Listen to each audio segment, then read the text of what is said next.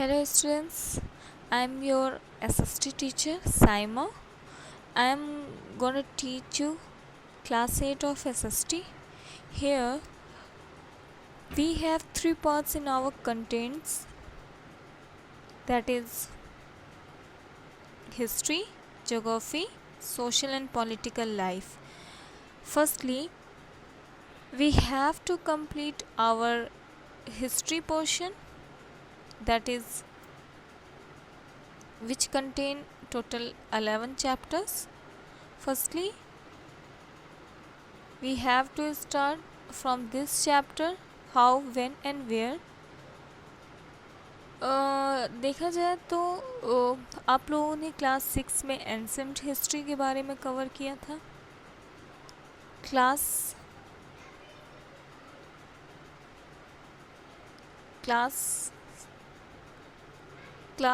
6 में ancient history पढ़े थे हम लोग। क्लास 7 में मेडिवल हिस्ट्री पढ़े थे। क्लास 8 में हम लोग मॉडर्न हिस्ट्री के बारे में पढ़ेंगे, जो कि बहुत इंटरेस्टिंग होने वाली है। लेकिन यहाँ पर ये चैप्टर हम आपको रिकमेंड करेंगे कि बहुत ध्यान से आप लोगों को पढ़ना है, ठीक है। वो इसलिए क्योंकि ये चैप्टर बेटा बहुत इम्पॉर्टेंट है, ठीक है। इससे आपको ये पता चलेगा इस चैप्टर से कि हिस्ट्री कब, कैसे और कहाँ से इसकी शुरुआत हुई है, ठीक। और जो हमारे बहुत सारे नोशंस हैं हिस्ट्री से रिलेटेड, उस चीज़ों को हम लोग यहाँ पर दूर करेंगे। लाइक कि हिस्ट्री बहुत बोरिंग होती है, हम लोग हिस्ट्री में सिर्फ डेट्स ही हैं जो याद करना होता है। उन सब से हट कर कुछ हम लोग यहाँ पर देखेंगे कि क्या सिर्फ हिस्ट्री डेट्स के बारे में है, ऑल अबाउट डेट्स, नो, ठीक है। ये सारी चीज़ें हम लोग इस लेसन में कवर करेंगे। इसलिए मैं ये रिकमेंड करना चाहूँगी कि ये चैप्टर बहुत इम्पॉर्टेंट है, जो आपको बहुत ध्यान से इसको पढ़ना होगा, ठीक है। So firstly we will start our first chapter, that is how, when and where से स्टार्ट करेंगे। बेसिकली इट मीन्स कब, कैसे और कहाँ से हमारी हिस्ट्री की शुरुआत हुई है, ठीक है। इसके बारे में हम लोग पढ़ेंगे। लेट अस बिगिन से स्टार्ट करते हैं। इस पोर्शन में दिया गया हुआ है, आप इस फिगर को देखोगे तो इस फिगर में देखो एक वर्ड यहाँ पर है कॉन्वे। कॉन्वे का मतलब इस फिगर से हमें क्या पता चलता है? तो इस फिगर से हम लोग अगर देख रहे कुछ रिलेट करना चाहे तो कैसे रिलेट करेंगे कि ये है एक व्यक्ति जो कि धोती पहने हुए हैं। ये एक महिला को क्या कर रहे हैं, कुछ बुक देते हुए दिख रहे हैं, ठीक है। ये महिला देखने ही से लग रही है कि ये यहाँ की इंडियन नहीं है, ठीक है, क्योंकि इंडियन फीमेल इस तरह के ड्रेस्ड अप नहीं हुआ करती थी उस टाइम, ठीक। तो देखने से ही लग रहा है, ठीक। तो ये कौन है बेटा? ये ब्राह्मण है, ठीक है। और ये कौन है? ये ब्रिटानिया है। कौन है? लिख देते हैं ब्रिटानिया, ठीक है, ब्रिटानिया है। बेसिकली इनको बोला जाता है कि ये जो है सिंबल ऑफ ब्रिटिश पावर होते हैं। क्या होते हैं? सिंबल ऑफ ब्रिटिश पावर होते हैं। सिंबल ऑफ ब्रिटिश पावर मतलब ब्रिटिश के पावर को ये फिगर दर्शाता है, ठीक है। अब देखो यहाँ पर ये दिखा रहे हैं कि ये जो ब्राह्मण है ये ब्रिटानिया को क्या कर रही हैं, बुक देते हुए दिख रही हैं। क्या देते हुए दिख रही हैं? बुक देते हुए दिख रही हैं, ठीक है। और ये बुक क्या है बेटा? एंसेंट टेक्स्ट है, ठीक है। क्या है? एंसेंट टेक्स्ट है, जो कि ब्राह्मण किसको दे रहे हैं? ब्रिटानिया को दे रहे हैं। और ये भी दिखा रहा है कि विलिंगली मतलब इच्छा अनुसार ये बुक दे रहे हैं। और ये बताया जा रहा है इस फिगर में, ये भी शो हो रहा है कि ये क्या है? प्रोटेक्टर ऑफ इंडियन कल्चर है। कौन है? ब्रिटानिया क्या है? ये प्रोटेक्टर ऑफ हमारे जो इंडियन कल्चर के प्रोटेक्टर है, यानी कि संरक्षण है। जबकि फिगर में सिर्फ और सिर्फ ऐसा शो हो रहा है, ओरिजिनलिटी कुछ और है।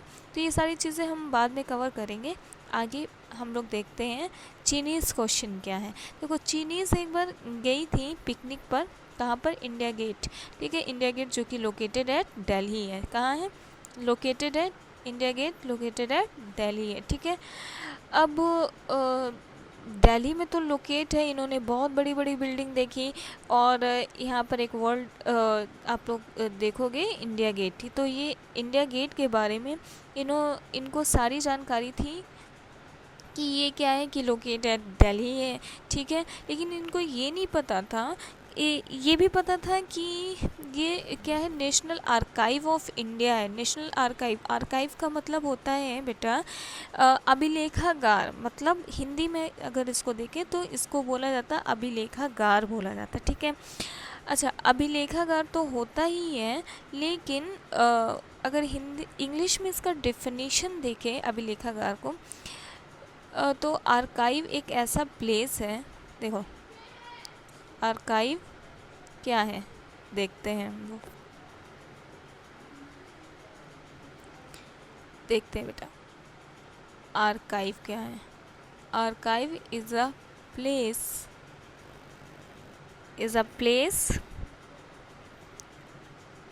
in which public or historical materials are preserved, ठीक है, ठीक है। आर्काइव क्या है, एक ऐसा प्लेस है जहाँ पर क्या होता है, पब्लिक या कोई हिस्टोरिकल मटेरियल्स है उसको प्रिजर्व किया जाता है, ठीक है। तो अब हम लोग अपने चैप्टर पर आते हैं। देखिए बेटा यहाँ पर क्या है कि इनको पता था कि ये जो ब्राउन स्टोन का दिख रहा है एक बिल्डिंग जिसमें पिलर्स हैं, तो वो क्या है, हमारे नेशनल आर्काइव है इंडिया का, ठीक है। अब यहाँ पर एक अब मोस्ट इम्पॉर्टेंट ये क्वेश्चन इन्होंने पूछा कि what is the building meant for, यानी कि ये जो बिल्डिंग बना है तो उसका मकसद क्या था, कारण क्या था, ठीक है, ये किस लिए बिल्डिंग बनाई गई थी। तो देखो इसको सबसे पहले आप लोग ये जानो कि इसको बनाया किसने था, तो इसको बनाया था एडविन ल्यूटियंस ने बनाया था। किसने बनाया था, मतलब डिज़ाइन इसकी जो किया गया था, ठीक है, इंडिया गेट को जो डिज़ाइन किया था वो कौन किया था, डिज़ाइन बाय एडविन ल्यूटियंस, ठीक है, ल्यूटियंस ने इसको डिज़ाइन किया था। और सबसे पहले मोस्ट इम्पॉर्टेंट बेटा देखना आप लोग कि ये डेडिकेटेड क्यों था, ठीक है। डेडिकेटेड मतलब क्या होता है, हम लोग यहाँ देखेंगे, ये डेडिकेटेड था टू ऑल सोल्जर्स, ठीक है, to all soldiers of the British army who died in first world war, मतलब फर्स्ट वर्ल्ड वार में ब्रिटिश आर्मी के जितने लोग मारे गए थे उनके लिए डेडिकेटेड था बिल्डिंग, क्या, इंडिया गेट डेडिकेटेड था, ठीक है। I hope you all got it, okay. चलिए चाइनीज़ क्वेश्चन आप सबको समझ में आ गया। Next to move our next topic that is this. अब देखो बेटा आप लोगों ने बहुत टाइम ऐसा सुना होगा कि लोग बोलते हैं कि हिस्ट्री बहुत बोरिंग होती है, क्यों, बिकॉज़ हम लोगों को ये सुनने को मिलता है कि बहुत सारे डेट्स, बहुत सारे इवेंट्स हम लोगों को रटने होते, रट्टाफिकेशन यहाँ पे करना होता है। लाइक लोग कहते हैं कि तराइन का पहला युद्ध कब हुआ था, या बाबर ने कब कॉन्केयर किया था इंडिया को, तो दिल्ली सल्तनत जो है उसमें जो इतने सारे डायनेस्टीज़ के लोग रूल किए थे, तो उन सारे किंग का जो किंगडम पीरियड था उसके बारे में हम लोगों को डेट याद करने होते हैं, जो इम्पोर्टेंट जो भी फाइट हुए रहते हैं वो याद करने होते हैं, ठीक है। तो इसलिए लोग बहुत टाइम ऐसा बोलते हैं कि क्या है कि बहुत ज़्यादा बोरिंग है हिस्ट्री, ठीक है, क्योंकि डेट्स बहुत ज़्यादा रिमेंबर करने पड़ते हैं। तो क्या हिस्ट्री में सिर्फ डेट्स ही इम्पोर्टेंट होते हैं, ठीक है, क्या हम लोग सिर्फ किसी किंग का किंगडम के बारे में ही जान लेना, क्या ये यही सिर्फ हिस्ट्री है?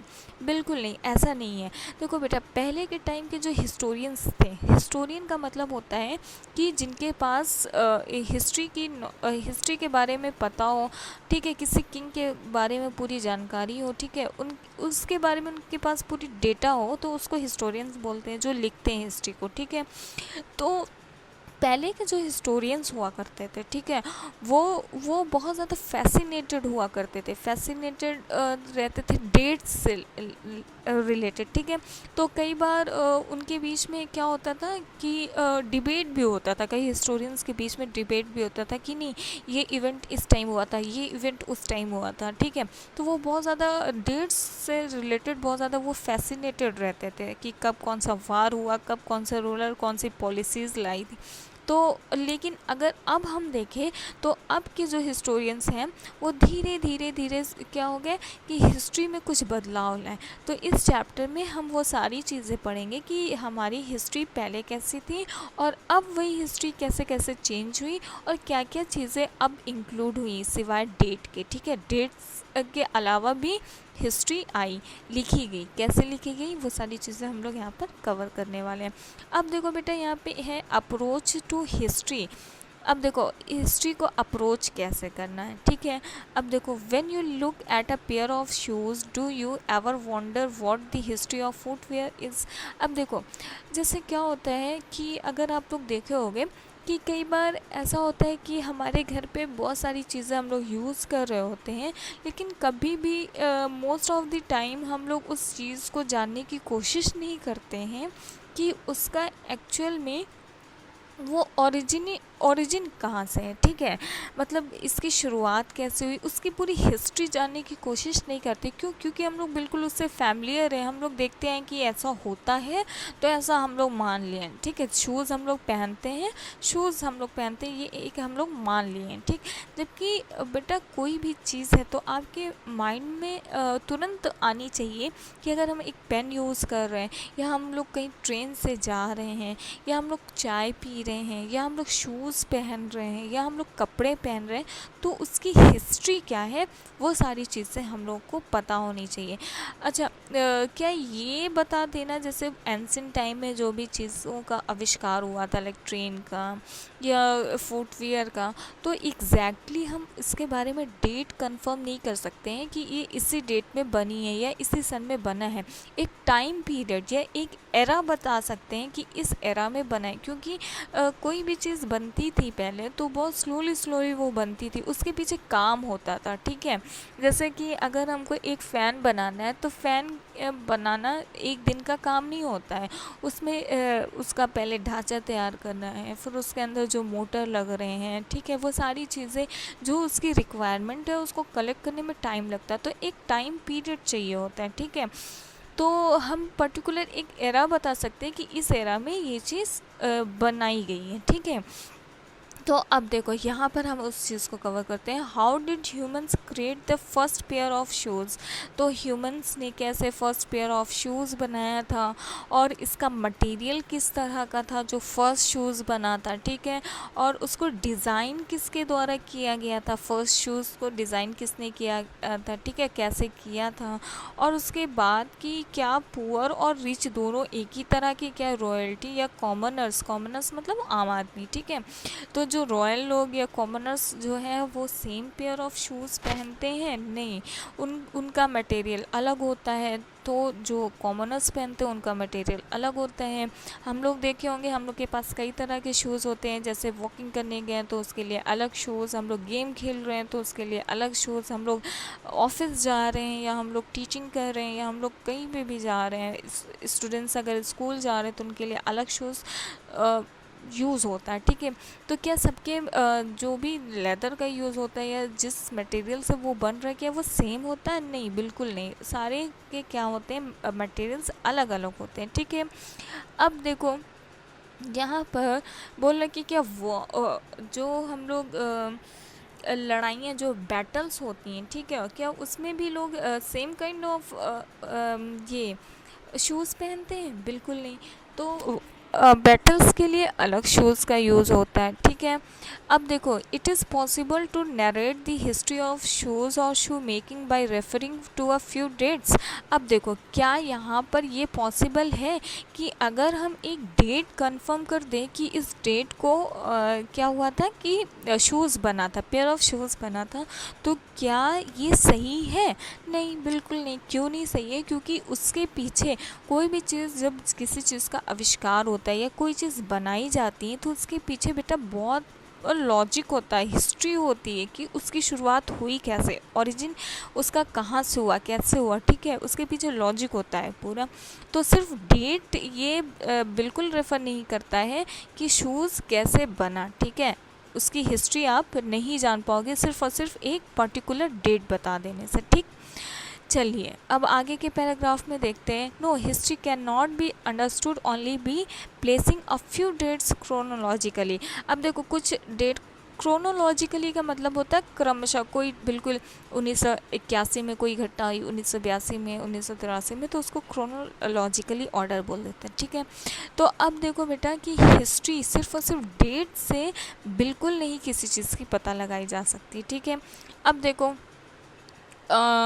अगर जैसे शूज़ मेकिंग की बात करते हैं, हम बता दें कि इस शूज़ मेकिंग इस सन में बनाया गया है, ठीक है। तो क्या आप इसे ये नरेट कर पा रहे हो कि क्या वार में अलग अलग शूज़ यूज़ होते हैं? क्या गरीब और अमीर दोनों तबके के लोग एक ही तरह के शूज़ यूज़ करते हैं? ठीक है, क्या इस तरह की हिस्ट्री आप इससे पता कर पा रहे हो? बिल्कुल डेट सिर्फ बता देने से नहीं। अब देखो, social structure evolve during a long span of time, political system change gradually, movements form and revolution happen over a stretch of time, so a few dates are not enough to give a complete picture of history। देखो, इस paragraph में ये कहने की कोशिश कर रहा है बेटा कि अगर हम लोग सिर्फ और सिर्फ एक कोई भी टाइम पीरियड चेंज होता है, जैसे हम अगर कह देते हैं कि कोई भी आंदोलन हो रहा, तो बिल्कुल जैसे 1857 की एक क्रांति हुई, ठीक है। तो ये उठे हम लोग और बिल्कुल तैयार हो गए, नहीं हमको आज 1857 की क्रांति करना है। क्या ऐसा है? नहीं है, बिल्कुल नहीं है। वो 1857 की क्रांति तो 1857 में हुई, लेकिन उससे पहले जो सारी चीज़ें हुई, ठीक है, क्यों हुई, क्या कारण था, वो सारी चीज़ें हिस्ट्री हम लोग सिर्फ और सिर्फ डेट से यहाँ पर पता नहीं कर सकते हैं, जब तक हमको उसके बारे में सारी इन्फॉर्मेशन ना हो। तो कोई भी रिवॉल्यूशन, क्रांति किसी क्षेत्र में बिल्कुल चेंज एक ही डेट में नहीं आ सकती, ठीक है। उसके पीछे लॉजिक होता है, ठीक। तो ये हम लोगों ने कवर किया। अब देखो, थर्ड पैराग्राफ क्या है। Historians today do not follow the sticking to the date approach, they have a holistic and inclusive approach to history. They study how people lived, what they ate, what they wore, which sports they played, what kind of trade they carried out, what did farmers cultivate, what was the status of women in society, what was the structure of society, how efficient was the economic system, etc। ठीक है। देखो, जब हम लोग ancient history पढ़े थे, जब हम लोग मॉडर्न हिस्ट्री पढ़े थे, तो हम लोगों ने बहुत तरह के बैटल्स को कवर किया। हम लोगों ने ये पढ़ा है कि कब कौन से किंग ने किस थ्रोन पे बैठा, ठीक है। ये सारी चीज़ें हम लोगों ने कवर किया, और ये भी कवर किया कि कौन सा राजा था जिसने क्या किया था कि बैटल को लड़ा। ये सारी चीज़ें हम लोग कवर किए, लेकिन कहीं भी हम लोगों ने ये देखा कि किस राजा को कौन से स्पोर्ट्स पसंद थे, या समाज में जो महिलाओं का एक ये पोजीशन क्या था, ये सारी चीज़ें हम लोग नहीं कवर करते थे। क्यों? क्योंकि हिस्टोरियन जो थे, जो हिस्ट्री लिखते थे, वही नहीं कवर करते थे इस चीज़ को। तो अब के जो मॉडर्न हिस्टोरियंस हैं, ठीक है, आज के टाइम के, वो सिर्फ और सिर्फ यहाँ पे देखो एक वर्ड लिखा हुआ है, sticking to the date, sticking to the date, ठीक है। इस पे बिल्कुल एकदम चिपके हुए नहीं है डेट पे कि बस हम डेट बता दें किसी भी चीज़ का तो हम हिस्ट्री लिख दिए, ऐसा नहीं है।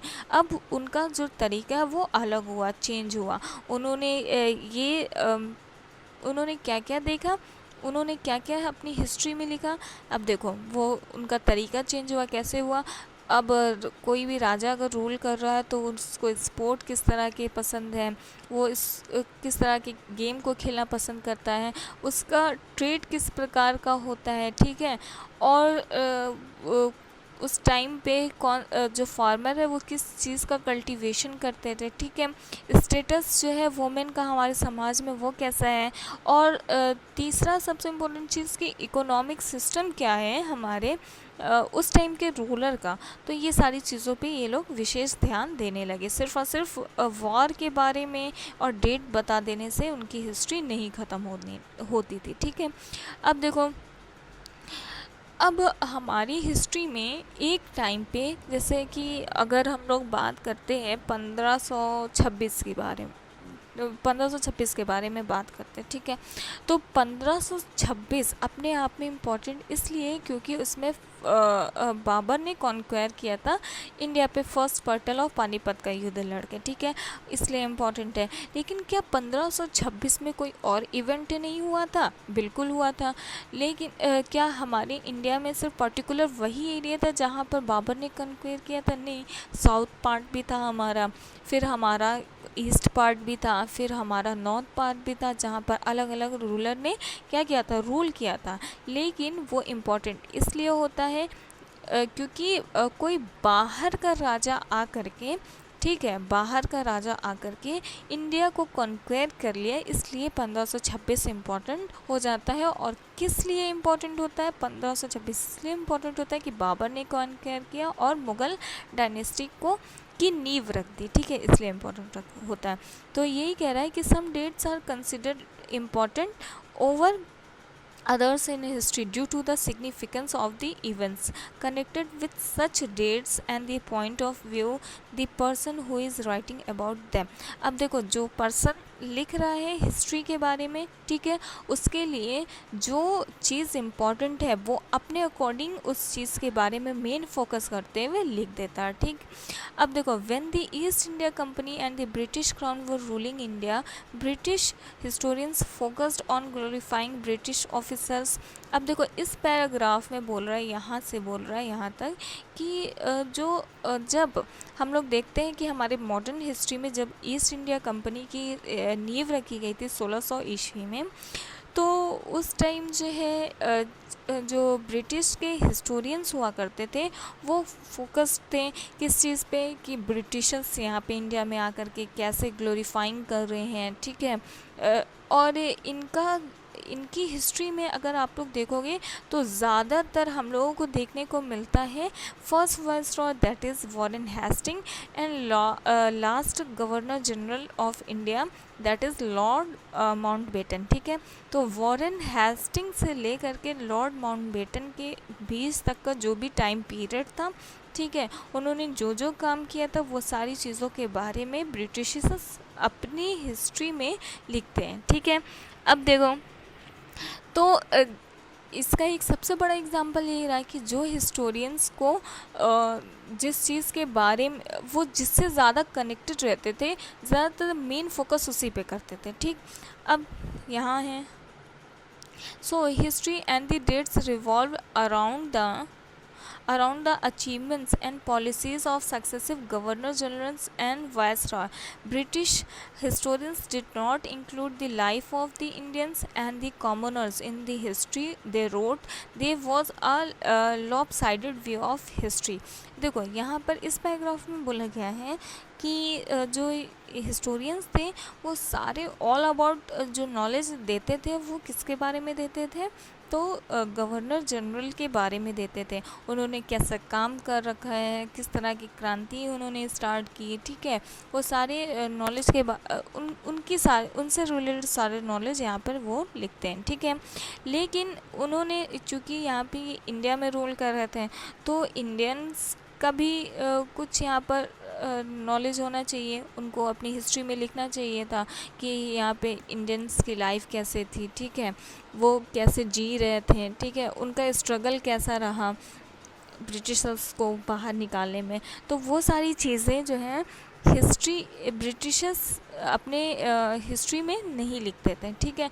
तो ये क्या हम लोगों ने जब हिस्ट्री पढ़ा तो देखा कि ये लोप साइडेड था। लोप साइडेड समझ लो एक तरफा हिस्ट्री लिखा गया, सिर्फ और सिर्फ ब्रिटिशर्स की बड़ाई पे बड़ाई, इंडियंस के बारे में नथिंग, कुछ नहीं लिखा गया। तो क्या था, सिर्फ ब्रिटिशर्स के बारे में ये बड़ाई करते गए। तो ये हम लोगों ने देखा कि ये क्या है, लोप साइडेड था। क्या था, लोप साइडेड, वन साइडेड हिस्ट्री लिखी गई थी, किसके द्वारा, ब्रिटिशर्स के द्वारा।